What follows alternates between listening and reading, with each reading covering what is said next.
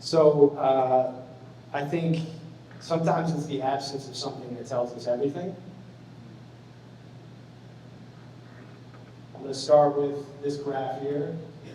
This, for any of us in education, is the achievement gap. Now, I don't know if you can see it, but this one is graduation rates. And what you have in the achievement gap in this case is you see it gets stratified with white kids at the top with their graduation rates, and you work your way down, Latino kids, black kids at the bottom. And you can see this in assessments, you can see this in graduation rates, you can see this in just about anything you look at in education. It doesn't go away, it's always there. And I want to dismiss something really quickly, like you can't explain this thing just by looking at racial bias and testing alone. The truth is, even as you get better and better at making assessments that are less biased, or you think about things that aren't even being assessed by kids taking tests, that gap persists, still there. So it's measuring something, right? It's measuring outcomes, and routinely, white kids are at the top, black kids are at the bottom. And that's spawned, blossomed whole industries of education reforms in the last 50, 100 years, all about how do you get the kids in these bottom lines to do more and do better so that they can get into this top line. In fact, there's an incredible stat that John King, the former Secretary of Education, stated about 10 years ago where he was talking about this, and he said 97% of our education philanthropy dollars, billions of dollars in this country, go towards helping kids in those bottom lines do more, do better, so they can get out of that line and get into the top lines. And that's really admirable work, right? I don't want to diminish the impact of that, but it's starfish work. We're helping throw one more buckets of starfish back into the water at a time. We've seen teacher programs, principal programs, curriculums, different school models. We've even seen things that I would argue are pretty problematic, like let's teach these kids in the bottom line more grit, more character. Well, what you see is also that this slope, that when that stuff works, that slope is what's happening, right? The reforms are what are driving the outcomes to go up. And sometimes they don't, because people are doing things that they shouldn't be, and they go down. But in Chicago, we have this incredible story, where we used to have 50% graduation rates for 50 years, and now we have 80%. And it's real. But what never goes away is that gap. Whether we go up, whether we go down, it never goes away. And to me, that's the tide washing 10,000 starfish up on the shore every single day. And when I think about that ratio of 97% of our effort is focused on getting the starfish back in the water one at a time, two at a time, and we never talk about the tide, like we're measuring achievement. But the reason we don't understand this thing is because we're not talking about where it comes from or how we even get here. And you see, for me, I spent my life trying to figure out what this thing is, this achievement gap, because this achievement gap is my life. My parents were teachers, civil rights activists, married and met in the 60s. My dad is where Anello comes from, Sicilian, Italian, my mom's black. And when they married, my Anello side of the family, who I don't know, just someone my father. And so there was nothing gluing them to where they were, teaching in inner city schools in New Jersey. They were in Newark, and my dad talks about the race riots being right down the street. And so on a whim, on a random drive through this tiny town that is a third the size of Chicago but only has 2,000 people in it, less today, it's just trees. They bought a piece of property on a road, a dirt road called Hogback Road, and then they drove up every weekend for 5 years straight and built the house that they raised me and my brothers in. I mean, 50 miles away across the street, it was country. I'm country. I can't hide it. And, there was no question, like, they raised three of us, I'm the one in the middle if you can find me. But my older brother, Shane, he's a year older than me, in school, a year and a half in age. We did everything together, we were kind of like Irish twins, whether that was school, band, whatever it was. And then my younger brother, Gabi, who's 4 years younger than me. And when you think about where we were, we're in this all-white, really poor rural mill town with a lot of trailers. We were black kids, we were black family. Not just in my town, but every town near us. That's my kindergarten photo. And it was hostile. It was aggressive. Like, I didn't understand implicit racism because it was explicit racism. It was in my face. It was the N-word, and for my parents, it meant it was a fight. You have to fight for your respect and dignity. And so that was just the world we lived in. And what I remember very vividly was, even then, we didn't know what that achievement gap was by name. But we knew as black boys that our odds compared to these white boys and white girls around us were not as good when it came to life, education outcomes, or anything. Like, that was, we felt that, and they told us that, with no uncertainty, right? Well, my parents, they're teachers, right? So they're like, hey, education's a great equalizer. We don't care where you go. My mom would be like, you can't stay here. And my brother, he decided he's a motorhead. He wanted to go become a diesel automotive mechanic. He got a shot to go as far away as he could. And he went to a 2-year school in Phoenix to learn how to build automotive diesel engines, that kind of thing. And my turn came a year later. My mom takes me and sits me down at the dining room table, which is a East Orange public middle school table with gum still stuck on the other side. She pulls out a compass. She's an art teacher. She draws a circle on the map. She says, your brother's got the one ticket home in the summer. Pick 5 schools to apply to inside that circle. She hands me a bag full of brochures, and I sort through them. I literally picked 5 brochures upstairs in my room based on the girls on the covers of the brochures. That is how I chose. And when the 3rd pick came back with a financial aid package that absolutely dwarfed anything else, my father was like, you like this place again, right? So I ended up going to, by chance, one of the most rigorous schools in the country. My ACT score, like 8 points to 10 points below whatever the median was at the time. I ended up testing to all remedial classes, and in a place called Williams College, and I got crushed. I got absolutely crushed. And honestly, when I'm there, I'm thinking, I'm watching all these white kids just fly right by me. Everything's easy. And as much as my parents spent all this energy trying to affirm my identity and who I was, teaching me stuff that I wasn't learning at the school, in my head, my own anti-blackness that seeps into you, I'm convinced I have this genetic flaw that means I'm never going to be as competent or as capable or smart as any of these kids around me. And I was ready to throw in the towel, I was ready to give up. And then my father called me from Phoenix. He went to go find my brother. And the challenge there is that my brother is too far away from home. Same demons, same fight. Started drinking. That became a drug problem. And the criminal justice system got its hands on a black boy and never let go.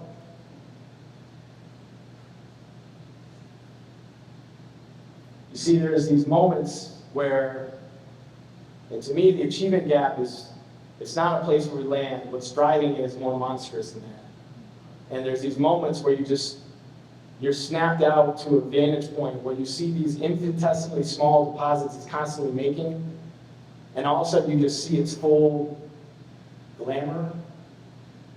And that was one of those moments, because I knew right then and there, I knew that we were never going to be in the same line again. That was where our lives totally diverged.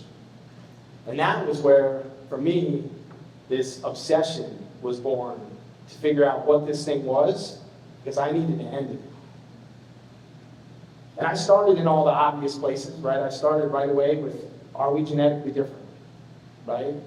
Is there a difference between us when it comes to complexion, all these social constructs that we live with? And maybe you guys don't remember this, but in 2003, I had this liberating moment where the human genome gets mapped, and science comes back, and Bill Clinton announces it, and they're like, guess what? We're 99.9% the same. Exactly what my dad said to me when I was 5. He said, oh, we're just all human.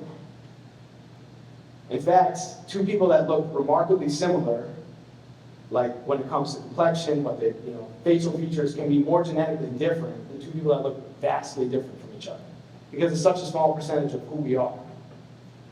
And that was transformative for me, because suddenly I'm like, okay, well, I don't have this there is no genetic flaw. So what is it? What's driving this achievement gap? And then you go to all the culture arguments, right? And I was a math major by accident because I didn't know how to write a paper.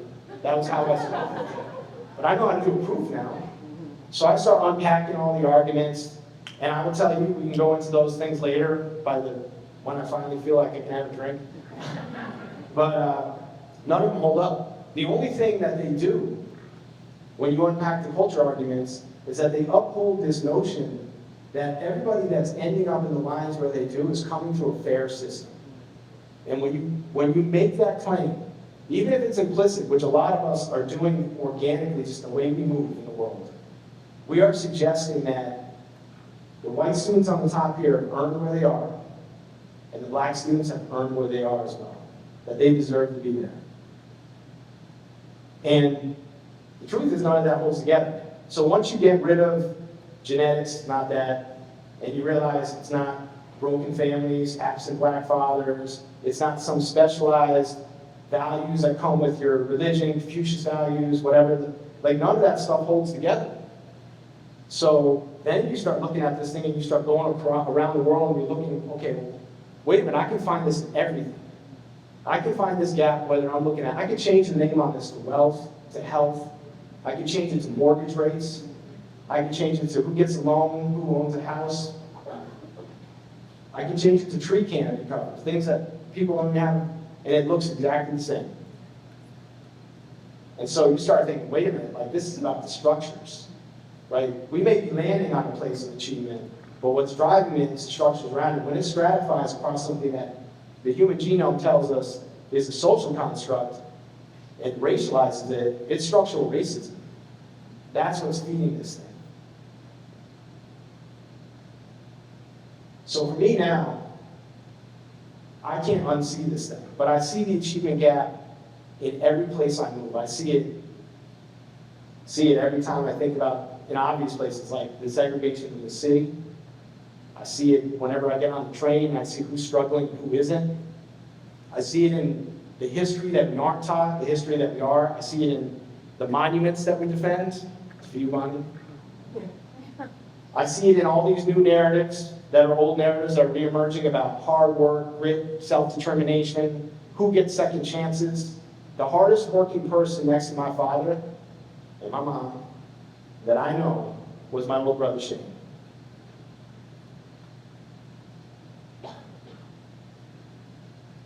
In 2020, my brother Shane was working 14-hour days, 7 days a week for 18 cents an hour.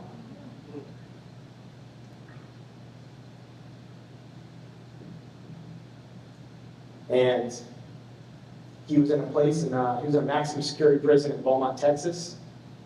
He was 9 years into his 11-year sentence, and he had done everything right. He's good behavior, he's done all the classes, he's ready to exit, and COVID hits. And it just starts ravaging the prison. Like it's just coming through. And of course, the prisons aren't announcing any of this, not putting it in the news or covering it all up. But he's talking to me and he's like, and this is someone, he went in a strapping 220-pound, like strong guy. He was a big dude. And by then he was a 5X t-shirt with diabetes, heart condition, and blood pressure that clocked in the 200s. In the rehabilitation system that is our criminal justice incarceration system. And he knew that if COVID hit him, he was dead. He was a ticking time bomb, right? So, hard work, grit, determined. He went and found himself a really good defense attorney. He'd done this in the past, had a minute, gets the right person, and savvy, figures out what he needs to do to get out to make his case, gets a compassionate judge who gives him compassionate release in 2020. July 16, 2020, he gets released from Beaumont Penitentiary, which is remarkable because they only released 1.6% of people who applied in 2020. Most of them over the age of 65. He gets out, and on his way out, what does he get for his second chance? The warden looks him in the face and says, "This is the first and last time anyone gets out of Beaumont like this." And then they gave him 1 bottle of water, and they gave him a mask, 1 mask. They put him on 19 buses over 47 hours across the southern U.S., up the West Coast, back to Seattle, where his 2 boys lived, for the price they could have flown home. And if you look at the map for COVID, July 16, 2020, you will see that that is where it was the most dangerous. That exact route. Now, the good fortune is that he made it. It was an incredible story that he made it. But then the system conspired and sadly took my brother in August 23, which is a different part of the story. I see the achievement gap every time I think about the fact that for 20 years after my brother left home, every holiday we'd set the table and we'd leave the spot to the right of my father blank, absent, nothing there, like there's a force field around it, and never talk about it. And I see it and think about it every time I look at these lines, because my brother, to his dying day, thought that he deserved everything that happened to him, and that he belonged in that bottom line. I'd be lying if I said I didn't hate this thing. Every day I get up, it's about this thing. This is not an achievement gap. We are measuring the impact of discrimination. And it is driven by structural racism. And I write a lot about racial reconciliation, because the only way I see us closing this thing is if we start to shift our mindset away from 97% of our effort, trying to move the kids out of this bottom line by doing more and do better, into the top one, and stop only putting 3% into changing the tide. I'm not saying we stop the starfish work because we need it, but we got to get our ratios right. Racial reconciliation gives us the opportunity to build the collective empathy that we need to stop blaming the people that are in the bottom line and committing to this ideology that what you just saw comes through a fair process, that this world is meritocracy. And so the truth is we don't have to wait for racial reconciliation. Kids for Chicago, the work we do is rooted in the tide. Because I can't do anything else. Like, I just can't turn it off. It's about giving parents the same respect and dignity in this city of Chicago that they would get if they were white parents in an affluent community out on the west, wherever, pick your side. What we do in our work is we're deferential to them. Like, it doesn't matter what I think, it matters what they think, because they are directly impacted, back to Adrian's point earlier. And our job is just to help them understand the system, understand how things move, and then they tell us what they want to do about particular policies and systems, and we help them get it done. That's what we do. And when I think about the achievement gap, it's the first signal of our odds, but it's also telling us what every other gap's going to look like thereafter. So to me, if we want to change all of our work, whether it's health, wealth, education, and we want to close this gap for real, we have to shift our mindset away from the 97-3 ratio. Because if we can't start doing more tide work alongside the starfish work, which my call to action, everybody here, is you all do work. If you're doing starfish work, great. But what are you doing alongside that to get at the tide? Because if we don't do that, then the gap, that's just us.